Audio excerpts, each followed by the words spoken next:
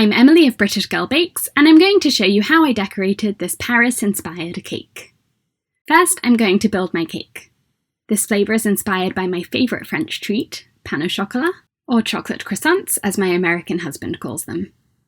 I'm using my 4-minute buttercream, and this is vanilla, and a bottle of chocolate ganache, and I'm putting the buttercream in a piping bag so I can pipe it onto each layer more neatly, but this isn't necessary, you can spread it on instead. I'm building my cake, and I've made my very vanilla cake with brown butter, which is just regular butter but cooked on the stove until it melts and browns and gives the cake a wonderful, rich, buttery flavour. You have to let it cool completely and solidify before using it, and then just follow the recipe as normal. I'm piping on my vanilla buttercream and then drizzling it with the chocolate ganache, which I've heated in the microwave until it's liquid, and that makes this a cake version of a pain au chocolat.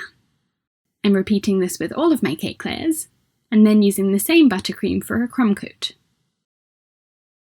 I'm going to chill the cake for about 30 minutes in the fridge to set the crumb coat, and now I'm giving just the top of the cake a final coat of frosting, and then chilling the cake again. I'm doing this so that I can create an uneven edge around the top of the cake.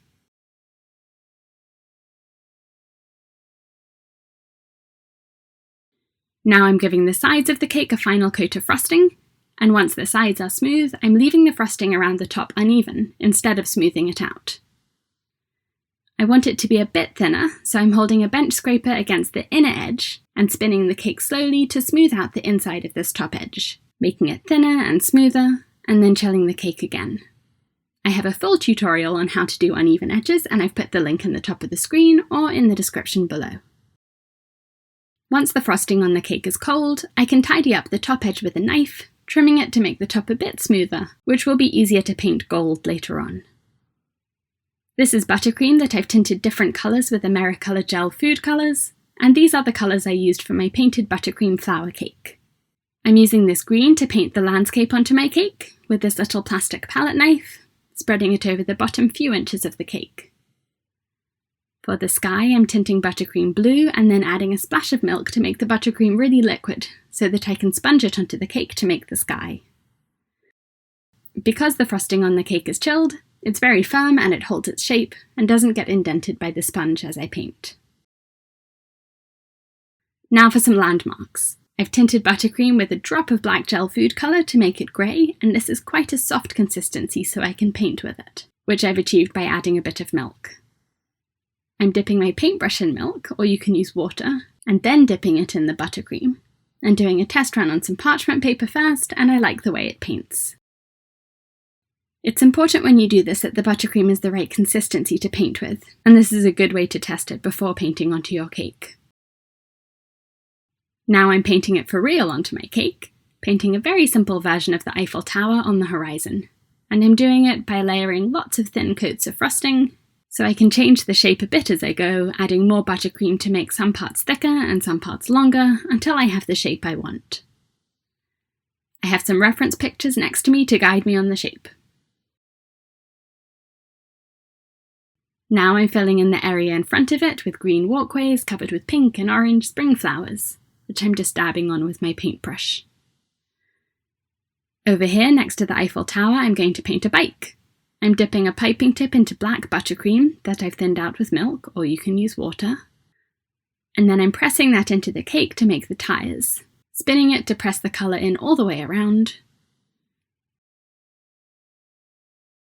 and then dipping the edge of my palette knife into the black buttercream, and pressing that inside the tyres to make the spikes of the wheels.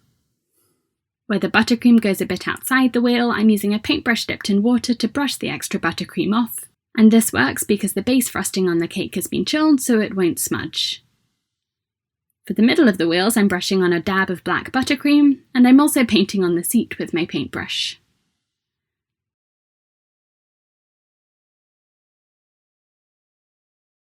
Going back to my palette knife to mark on the bars between the wheels, the pedals, the handlebars, and to touch up the seat.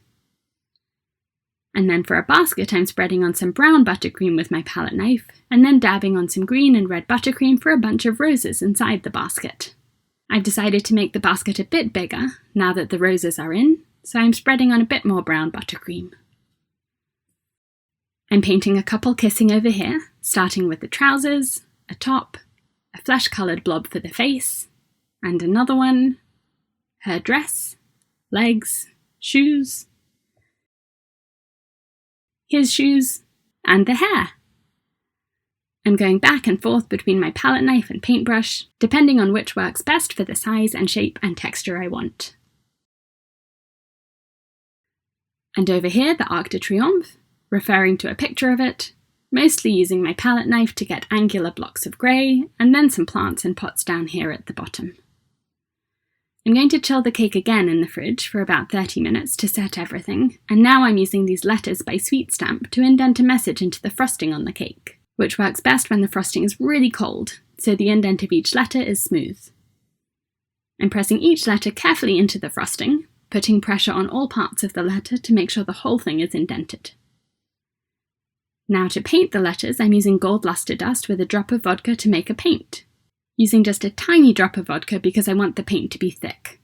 You can use lemon extract instead of vodka if you prefer. I'm painting the indented letters carefully, taking care not to get the paint on the frosting around the indents, but if that happens, you can brush it off with a clean wet paintbrush that you've dipped in water or vodka or lemon extract. I'm using the same gold to paint the uneven ridge along the top of the cake, angling the brush to go over all of the rugged surfaces of the frosting. Now I'm going to decorate the top of the cake with flowers and macarons.